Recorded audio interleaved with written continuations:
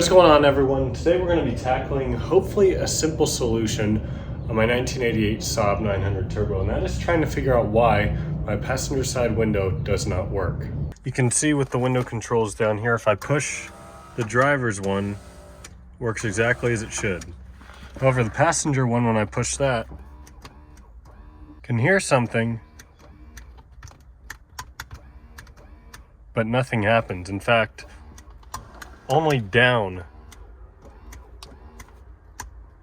makes noise, whereas up does nothing. Today we're going to be trying to solve that. One thing that does concern me a bit is seeing all this tape up here that looks like it was here to hold the window in place at one point. So I'm scared when I take the store panel off, I might find some haggard work, but I guess we'll see. We need to get this door pull off first. There is a T20 right here holding that in, and then that'll just gently kind of pop right out.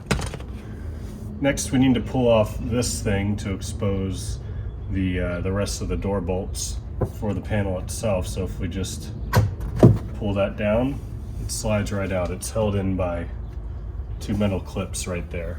We now have access to all of our door panel bolts. So there's 4 up top here and then 2 on the bottom. They're all T25s.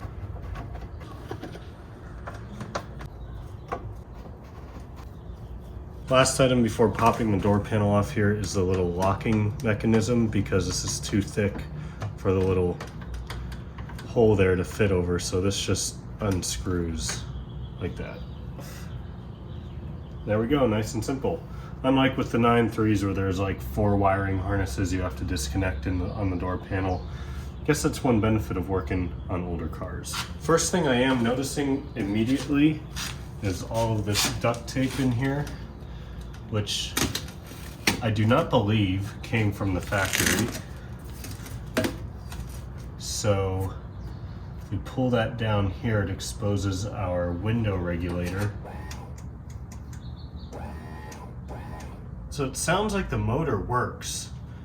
So let's take a look and see what we can see in here. I'm gonna use my flathead to pop off this wiring harness here. So looks like we got 2 wires in that one. There's 2 more. What the heck? Look at that right there. The end of this white wire here is corroded, and it looks like it popped out of the harness. The harness is tucked back in here. I'm not seeing much wiggle room, so we might need to find a way to give us some more slack with this harness. But there you can see there's just the one black wire going into it, and the white wire is not connected. Because of the nature of where this harness is at, it's really hard to get a good look at it, but I was able to pull it up in here so I can see, and I actually disconnected one side of the harness, and it looks like this whole harness is just really messed up. Let's just try and strip this down, and I'm gonna try and repair it, and let's see what we can do. Something I want to point out here is I was just working on cutting these wires apart. To my knowledge, I don't think any of them touched each other or anything, and the automatic seatbelt slid forward. It's normally back against the B pillar like that one. These haven't moved since I got it. Of course, it's the passenger side that accidentally gets fixed and not the driver's side, but I have the key in the on position. I just got to show you guys how cool this is. You open the door, seatbelts open up, we hop on in here. Look at that. That's so cool. And when I'm ready to get out, open the door, and it comes back up for me, so it's nice and easy to get out. I'm definitely gonna have to figure out how to fix the driver's side, maybe in a future video. If you guys have any suggestions on how to do that, let me know. Interestingly, both of the wires on the other side of this harness are both black, whereas one of these is black, one is white. So what I've done is I've just made sure to label the one that connects to the white as such, and I've already done the black one, so I can't possibly mess that up, but look at how corroded that is. Here's our moment of truth. I've got them both connected. If this works, I'll probably put electrical tape around that, just so that way they don't accidentally touch each other. But let's see. My window works. Still doing the same thing. I guess next is just trying to remove the regulator. There's two super shiny little screws here. Almost seem like they're holding this arm in place so it can't rotate. I don't know if that has anything to do with that. It almost looks like those aren't supposed to be there. Just for fun, I'm gonna remove both of these. Oh. Maybe not. Hopefully this one doesn't try to do the same thing on me.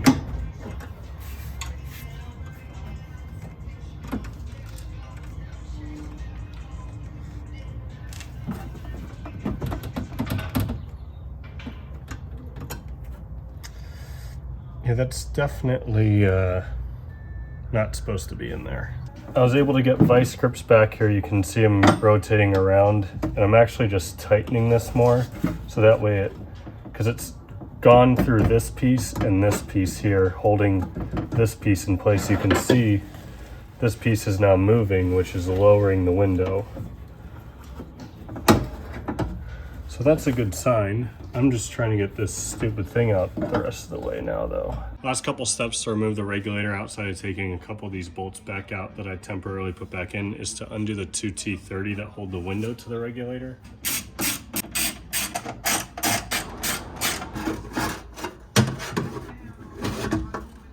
Fun discovery I just made.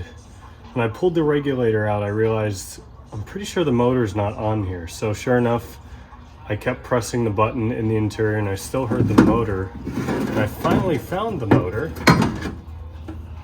sitting right here. So the motor was not even connected to the regulator. I also found all this wood sitting in the bottom down here. So I wonder why this was disconnected. And it still only works one way. All right, so I have the motor hooked up here. What I'm gonna try to do, this is really stupid and a good chance I'll pinch my fingers somehow, but just gonna try to see if this will work. Ow. It's been a couple weeks since I've filmed anything on this video. Been doing a lot of work, research stuff in the background. A couple things have been determined as a result. First off, as you saw in one of the last clips, the motor was only working in one direction. So sure enough, I pulled out the motor, I started to disassemble it. It comes into two pieces. You have your motor right here and then your transmission right here.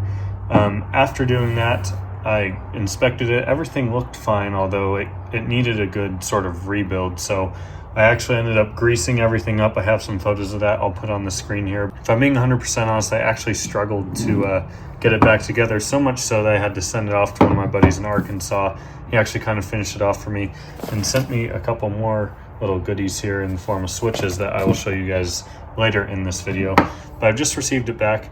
It's all rebuilt. In that sort of research and experimenting I was doing, I actually determined that this wasn't even the problem to begin with. It was actually the window switch itself. What I ended up doing to prove that was I pulled the roof switch out of here, plugged it into the wiring harness here, and the window motor would go up and down. So I knew at that point that my switch was bad.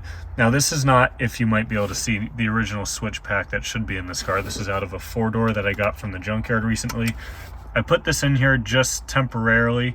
I know that both of these switches are good, so those are probably the switches I'm going to use in the car from now on. But in all my efforts of pulling the regulator out, putting it back in, things like that, I kind of messed it up a little bit. And what I mean by that is these 5 bolt holes did not always line up. And what I ended up realizing, the reason for that being, is this arm right here that goes across to this far mounting point would not move. I had to put quite a lot of force on it to get it to move, and that's why it wouldn't line up initially.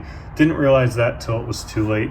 You can see now that a lot of these bolts I ended up just kind of forcing in temporarily, which was not very smart of me, and as a result, they've all kind of been a little bit cross-threaded. Before we reattach the motor, we're going to first off use this new tap and die set I got to both clean the threads on the bolts and, more importantly, the threads in the regulator itself. After that, we're going to use some of this red tacky grease. We're going to be applying that same grease to all the joints and things like that, just to help this thing move as smooth as possible, put the least amount of strain on this unit as possible, but let's go ahead, get to it. Very carefully make sure it's going in straight, especially since some of these were crooked.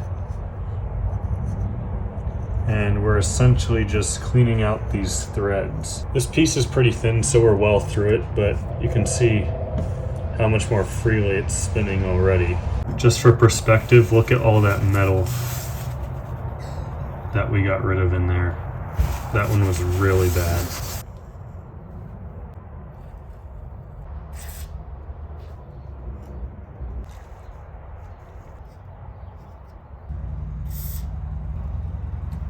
Ideally, for this part, we'd want to put the bolt in a vise. I don't have a vise, so what I'm going to use instead, and what worked well on the other couple that I tested, was just using a socket on top of this. But I just want to make sure it gets started straight.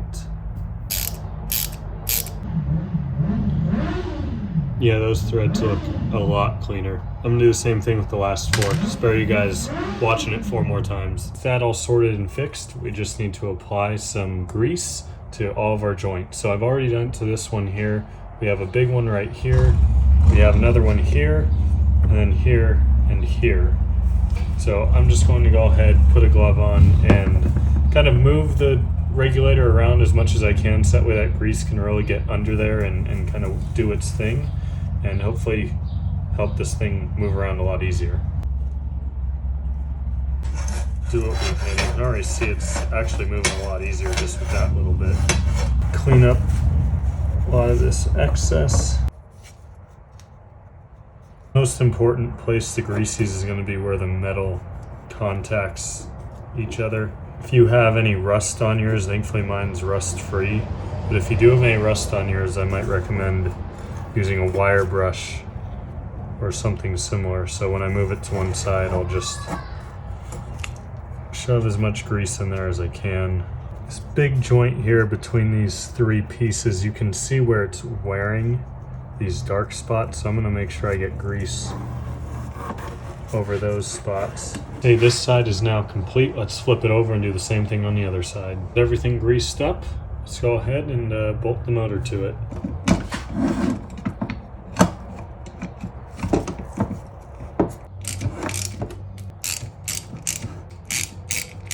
Finally ready to put our regulator and motor assembly back in. One important thing I want to note, in my kind of experimenting, I did realize that these 2 wires here actually do matter which post you put them on. The red one should go on the inside meaning the one closest to the regulator, and the black one should go on the outside.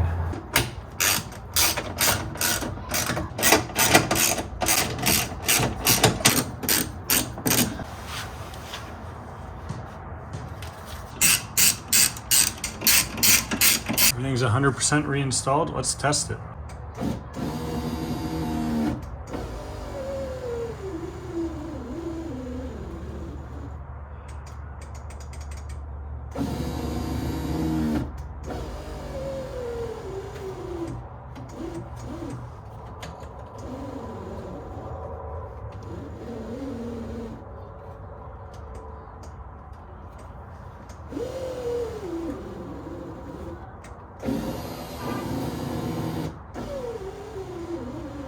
As you guys can tell, the window clearly struggled to go up there, so I think it's getting caught on something. Maybe I need to do a bit more greasing, things like that. I mean, look at how fast that goes down.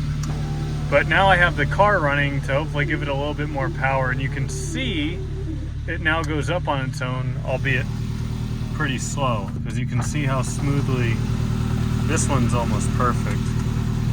I might pull this back out. It looks like it's chafing or rubbing right here. That's the only place I can really see, but I think it's still gonna be best to pull this whole thing back out. So I just greased this up and slid it through so I could grease up the other side as well. This is without much effort. It better work now.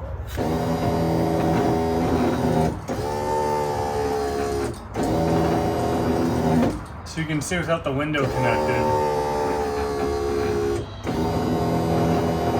seems to be running very smoothly.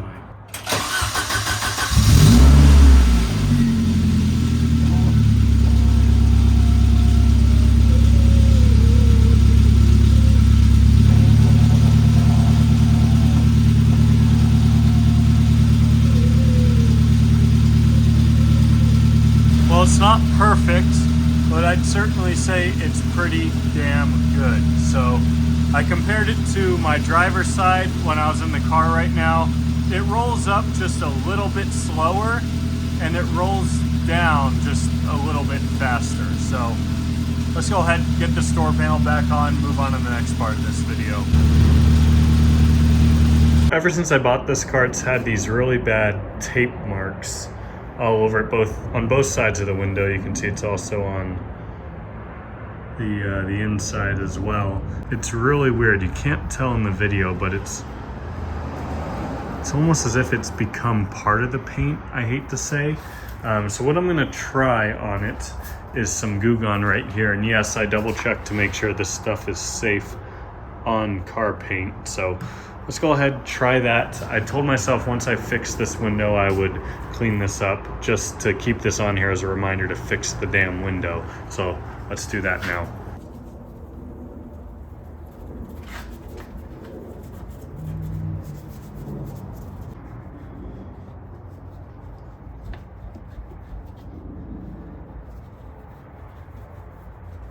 Strategy that's working here best for me is just wipe it with Goo Gone. It's been sitting a few minutes and now I'm just using my nail. Not much pressure.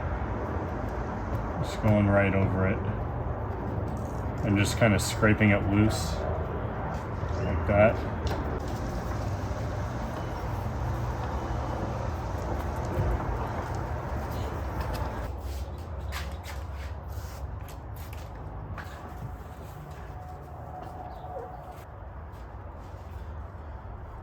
You might be asking yourself, I've done all this work in this video, but I haven't actually fixed my problem. And that's what we're gonna end the video on here, as well as doing a little bit of an upgrade.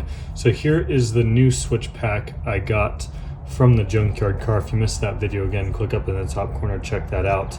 But what we're essentially going to be doing is we could simply pull these out and put them in our old switch pack here. But I am going to be doing a little bit of an upgrade in the form of putting some LED bulbs in here. So big thanks to my buddy Todd for sending me a couple of those out. In retrospect, I probably should do this anyways because only one of these bulbs worked when I had it in the car for about a week. See, we got that old one popped out there. So there's this little lip right in here. If we put it in there and sort of pry it and push down on the switch at the same time, it'll come out fairly easily. Don't do that and stab yourself though. Next we need to disassemble the switch itself. So there's two tabs on either side. Kind of need to do the same thing, pry it out, and then the switch will come apart. Essentially what I'm doing is I'm sticking the flathead in here and prying a little bit and then pulling on this gently so it slides out. There we go. First step here is going to be heating up the solder on both ends of the bulb so we can actually pull it out. You can see it's loose, but the solders are obviously what's holding it in.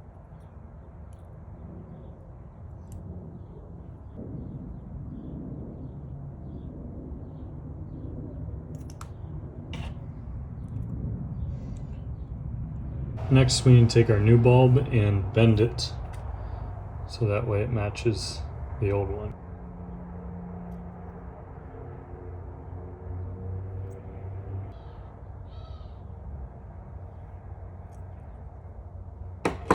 One strand of the bulb is slightly longer than the other. That side is going to go to terminal 4 and the shorter side is going to go to terminal 1 on the switch. They're labeled right back here.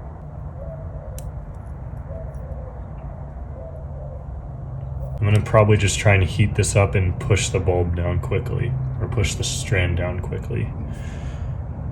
Hopefully it doesn't get too hot. Sorry if that was a little bit off camera. I was too focused on what I was doing. I ended up getting just a hair of solder. You can see it's all completely wrapped around in solder now, which should be safe. I am going to snip the excess off real quick. I'm going to hopefully use the same method here.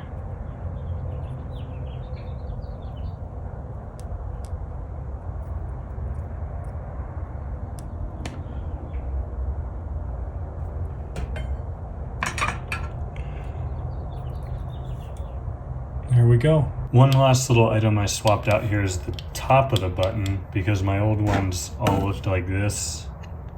So I got this other style. I swapped that out. This pops out super easily. There's just a couple little tabs on the side. But now we're ready to put our switch back together. There's only one way it can go back together. So let's hopefully not mess this up. That sounded good. Look at how good that looks. I'm so proud of doing that correctly. All right, I'm gonna do the same thing with the other one now. Got this one all replaced. LED is in there. Really didn't take long. Only took about 10 minutes. The hardest part is getting the switch out of the housing it's in, but just gonna make sure they both work. Once again. Oh yeah, look at how good that looks, guys. It's amazing how such a small little modification can make such a big difference. There you have it, guys. Super successful video, I'd say. Got lots of little things done on the 900. Let me know what you guys think of the LEDs. I think it's a huge little upgrade, which doesn't really make sense saying that out loud. But super happy with how that turned out. Also super happy with how the rebuild on all these little things went. Let me know if you like these kind of videos where I go much more in detail. They're a lot longer, things like that. I'm kind of liking how they're turning out so far. With that being said, thank you guys all so much for watching. Give this video a thumbs up if you enjoyed. I'll see you all next time.